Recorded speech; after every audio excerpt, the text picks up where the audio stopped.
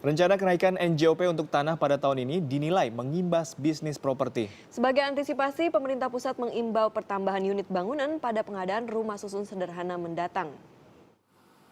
Dalam waktu dekat, harga properti di ibu kota akan semakin melonjak. Hal ini terkait rencana pemerintah Provinsi DKI Jakarta untuk menaikkan nilai jual objek pajak NJOP atas tanah yang segera diberlakukan tahun ini. Sejumlah pengembang pun bersiap agar membengkaknya pajak tanah tidak jadi beban pengembang. Nantinya beban akan dialihkan pada konsumen berupa kenaikan harga jual properti. Namun solusi tersebut dinilai tidak kondusif dengan tingkat kemampuan pasar saat ini. Sebenarnya kalau harapan kami penyesuaian itu perlu, tapi mungkin dengan bertahap. Dan juga mungkin ya angkanya perlu ditinjau kembali.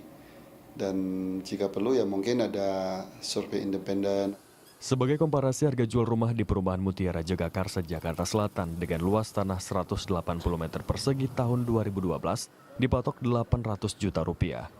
Awal tahun 2014, harga jual melonjak hingga mencapai 1,1 miliar rupiah. Dalam 2 tahun rentang kenaikan harga rumah tersebut sebesar 300 juta rupiah.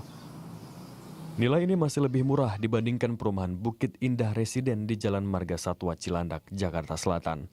Di tahun 2010, rumah pada luas tanah 300 meter persegi dihargai 4 miliar rupiah. Namun awal tahun 2014, harga melesat menjadi 6 miliar rupiah. Berarti terjadi kenaikan 2 miliar rupiah dalam kurun waktu yang sama. Sementara untuk memenuhi kebutuhan hunian masyarakat menengah ke bawah, pemerintah pusat melalui Kementerian Perumahan Rakyat mengungkap tidak akan ada insentif rumah murah seiring rencana kenaikan NJOP tanah. Namun hal tersebut bisa disiasati pada rumah susun berupa peningkatan koefisien lantai bangunan atau KLB.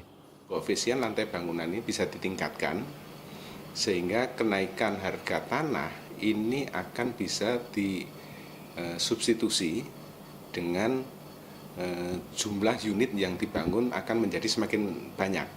Selain itu, pemerintah juga menyarankan perpanjangan jangka waktu angsuran hingga kurun 30 tahun. Usulan ini agar masyarakat berpenghasilan rendah masih dapat memiliki unit rumah susun. Pemprov DKI berencana menaikkan NJOP atas tanah di tahun ini sebesar 140 hingga 200%. Hal ini dipicu tidak adanya peningkatan NJOP selama 4 tahun terakhir yang berpotensi merugikan negara. Tim Liputan melaporkan untuk NET.